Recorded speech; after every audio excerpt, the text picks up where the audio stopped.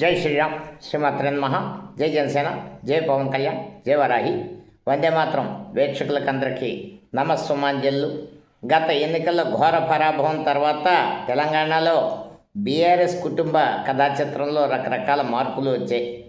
నాటి తెలంగాణ ఉద్యమంలో మొదలుకొని ప్రత్యేక తెలంగాణ సాధించుకునే వరకు, ఆ తర్వాత తెలంగాణలో ప్రభుత్వం ఏర్పాటు చేశాక జరిగిన ప్రతి విషయంలోని కేసీఆర్ కుటుంబం నాడు ఉద్యమ సమయంలో కానీ లేదా ప్రభుత్వం వచ్చాక కానీ అన్ని వ్యవస్థలను గుప్పిట్లో పెట్టుకొని ప్రతి ఇండస్ట్రీని, సినీ ఇండస్ట్రీ కానీ లేకపోతే రియల్ ఎస్టేట్ కానీ అంచెలంచెలుగా వారి కుటుంబం ఊహకందంత పరిస్థితుల్లో ఎదిగిపోయింది.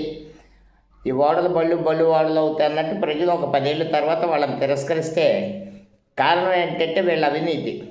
అభివృద్ధి చేశారు, అది వాస్తవం.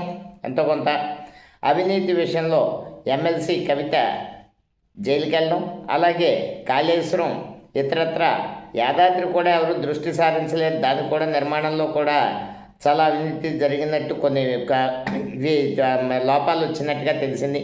అయితే కాళేశ్వరం ప్రాజెక్ట్ ఎంత పెద్ద అవినీతి అంటే అలైన్మెంట్ మార్చి నీళ్లు ఉన్న చోట కాకుండా లేని చోట బ్యారేజీ కట్టడం అన్నది అది కుంగడం. సరే, కుంగాక మొత్తం ఇక్కడ వచ్చిన కాంగ్రెస్ ప్రభుత్వం ఏంటంటే దాన్ని కుంగిన దాన్ని అల్లొచ్చి మొత్తం ప్రాజెక్ట్ని నిరుపయోగంగా అలమర్చి జనాల్ని డైవర్షన్ చేయడం కాంగ్రెస్ పడింది. అవినీతి జరిగిందన్నది యథార్థం, అందులో ఎటువంటి తేడా లేదు. కేవలం ఒక ఈఎన్సీ ఇంజనీరు దగ్గర 800 కోట్ల ఆస్తులు దొరికితే ఎమ్మెల్యేలు ఊరుకుంటారా, మంత్రులు ఊరుకుంటారా, ముఖ్యమంత్రి ఊరుకుంటారా? అధికారులు సంపాదించేసుకుంటే నువ్వు రూపాయి సంపాదిస్తే 10 రూపాయలు సంపాదిస్తానే సిద్ధాంతం మన రాజకీయాల్లో నడుస్తోంది. అటువంటి సందర్భంలో ఈరోజు లిక్కర్ స్కామ్ తెలంగాణ దాటి ఇక్కడ ఉన్నది చాలదన్నట్టు ఢిల్లీ లిక్కర్ స్కామ్కి వెళ్ళి ఫైళ్ళు కదిపి చకచకా కదిపి లిక్కర్ స్కామ్లో ఒక పాత్రధారిగా మారిన ఎమ్మెల్సీ ఒకవైపు కవిత, కేసీఆర్ కుమార్తె, అలాగే ఆ కుటుంబం మొత్తం అవినీతి ఆరోపణలు పెరిగి హైదరాబాద్లో పెరిగిపోయిన పబ్ కల్చర్, వాటిల్లో కూడా అన్నిట్లో ఏది వదలకుండా ప్రతి దాంట్లో వాళ్ళ ముద్ర, వాళ్ళ వాటా అన్నది తీసుకోవడం అన్నది వాస్తవం. దానికి ఇప్పుడు ఈరోజు కేసీఆర్ మీద సిబిఐ ఎంక్వైరీ ప్రకటించిన వెంటనే ఎమ్మెల్సీ కవిత ప్రెస్ మీట్ పెట్టి తన బావ హరీష్ రావు మీద, సంతోష్ రావు మీద, వాళ్ళిద్దరి వల్లే చెడ్డ పేరు, ముగ్గురు ఆ ముగ్గురుపై మళ్ళీ కాసేపు ఆగి బ్లాక్మెయిల్ చేసి వాళ్ళ పేరు చెప్తుంది. బహుశా కేటీఆర్ అయ్యి ఉండొచ్చు. ఇలాగా వీళ్ళు ఏంటంటే సంపాదించుకోవడం, ఉమ్మడిగా సంపాదించుకున్నారు, పేర్లు బయటకు వచ్చారు, విడిపోయి ఒకళ్ళని నువ్వు దొంగ అంటే నువ్వు దొంగ అన్న. సరే, కాళేశ్వరం అవినీతి విషయంలో ఒక కమిషన్ వేసింది కాంగ్రెస్ ప్రభుత్వం, కమిషన్ రిపోర్ట్ ఇచ్చింది. ఇప్పుడు మళ్ళీ సిబిఐ ఎంక్వైరీ ఏంటి? కేంద్ర ప్రభుత్వం అది బీజేపీ అడిగితే సిబిఐ ఎంక్వైరీ. అసలు ఒక కమిషన్ అంటే ఎంత ఖర్చుతో కూడా, ఒక జస్టిస్ ఆయన జీతం, ఆయన ఆఫీస్ స్టాఫ్, ఈ దర్యాప్తు ఇదంతా ఖర్చుతో కూడుకుంది.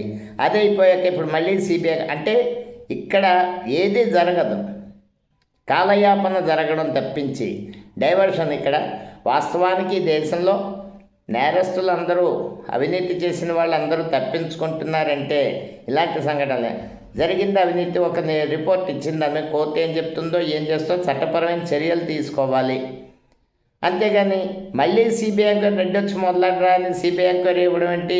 అదేదో ముందే చేసి ఉండాలి. పాటికి వచ్చును ఈ 2 ఏళ్ళు అయిపోయింది, దాదాపు మళ్ళీ 2 ఏళ్ళు గడిపేస్తుంది. సిబిఐ దర్యాప్తు ఎంత స్పీడ్గా జరిగేస్తాయి. ఈ మధ్యని ఆంధ్రప్రదేశ్లో 10 ఏళ్ళ క్రితం నాటి కేసులకే దిక్కులేవు. 12 ఏళ్ళ క్రితం నాటి కేసులకే ఇప్పుడు మళ్ళీ ఈ కేసు.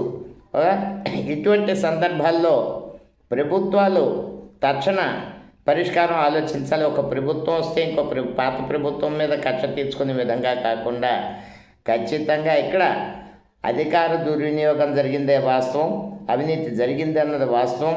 ఖచ్చితంగా కోర్టు అభిప్రాయం, న్యాయ సలహా తీసుకొని ఎవరెవరైతే అవినీతికి పాల్పడ్డారో వాళ్ళ ఆస్తులు జప్తు చేయాల్సిన అవసరం ఉంది. ఇక ప్రతిసారి కూడా దీన్ని డైవర్షన్ పాలిటిక్స్ అంటే వీళ్ళకి ఇంకోటి బీఆర్ఎస్ చేస్తుంది. వీళ్ళకి అధికారం ఉంటే అందరినీ బాగానే చూస్తారు. మా ఆంధ్ర వాళ్ళని కూడా ఏ ఇబ్బందులు పెట్టలేదు. అధికారం వచ్చాక వాళ్ళ వ్యాపారాల్లో ఏదో ఉంటే అవి తీసుకున్నారు, కానీ ఉద్యమం టైంలో ఆంధ్ర వాళ్ళని ఇబ్బంది పెట్టలేదు. అది వాస్తవం. అధికారం పోయింది, అదిగో మళ్ళీ రగిల్చారు ఇంకో కొంపటి. ఓ చిన్న వివాదాన్ని ఆసరా చేసుకుని మార్వారి గో బ్యాక్ ఉద్యమం. అది వీళ్ళకి అధికారం ఉంటే ప్రజలు ప్రశాంతంగా ఉండేస్తారు. వీరు అధికారంలో లేకపోతే ఏదో వర్గాన్ని రాష్ట్రం నుండి తరిమేస్తారు. అంతేకాదు, ప్రజల ప్రయోజనాలు వీళ్ళకి ముఖ్యం కాదు. పవర్ పాలిటిక్స్ దానికోసం ప్రాంతీయతలు ప్రాంతీయతత్వాల్ని అంటగట్టి జనంలోని ఒక రకమైన ఉద్రిక్త పరిస్థితి కల్పించి లబ్ధి పొందడం అన్నది నేటి బీఆర్ఎస్ నాటి టీఆర్ఎస్కి వెన్నతో పెట్టిన విద్య. ఖచ్చితంగా ఇప్పుడు ఈ కాళేశ్వరం ప్రాజెక్టు విషయంలో ఏదైతే కమిషన్ దాని ఫైనల్ మళ్ళీ సిబిఐ అని ఇంకో 2 ఏళ్ళు గడపడం అన్నది కేవలం లాలూచీ వ్యవహారం అవుతుంది తప్పించి చేసింది ఒక అధికారిక సుప్రీంకోర్టు జడ్జి. ఆయన ఆధ్వర్యంలో జరిగింది విచారణ. ఇంకా దాని మీద ఏమన్నా ఇదంటే కోర్టులో తెలుసుకోవాలి. సత్వరం ఈ విచారణ అన్నది పూర్తిగా ఫాస్ట్ ట్రాక్ కోర్టు పెట్టి ఇందులో ప్రతిదీ ఆధారాలతో సైతంగా బయటపడాలి. ఇది ఎలా ఉందంటే, ఇవాళ 2 పేర్లు బయటపెట్టారు ఆవిడ. మళ్ళీ సాయంత్రం వీళ్ళు ప్రెస్ మీట్ పెట్టి ఆవిడ బహుశా పార్టీలోని సస్పెండ్ చేస్తారంటో తెలీదు. అప్పుడు 3వ పేరు కేసీఆర్ జోలికి వస్తే ఊరుకోనంటారు ఈవిడ. పార్టీ నుండి సస్పెండ్ చేస్తే మొత్తం సంపాదన అంతా మా నాన్నే చేసాడంటుంది.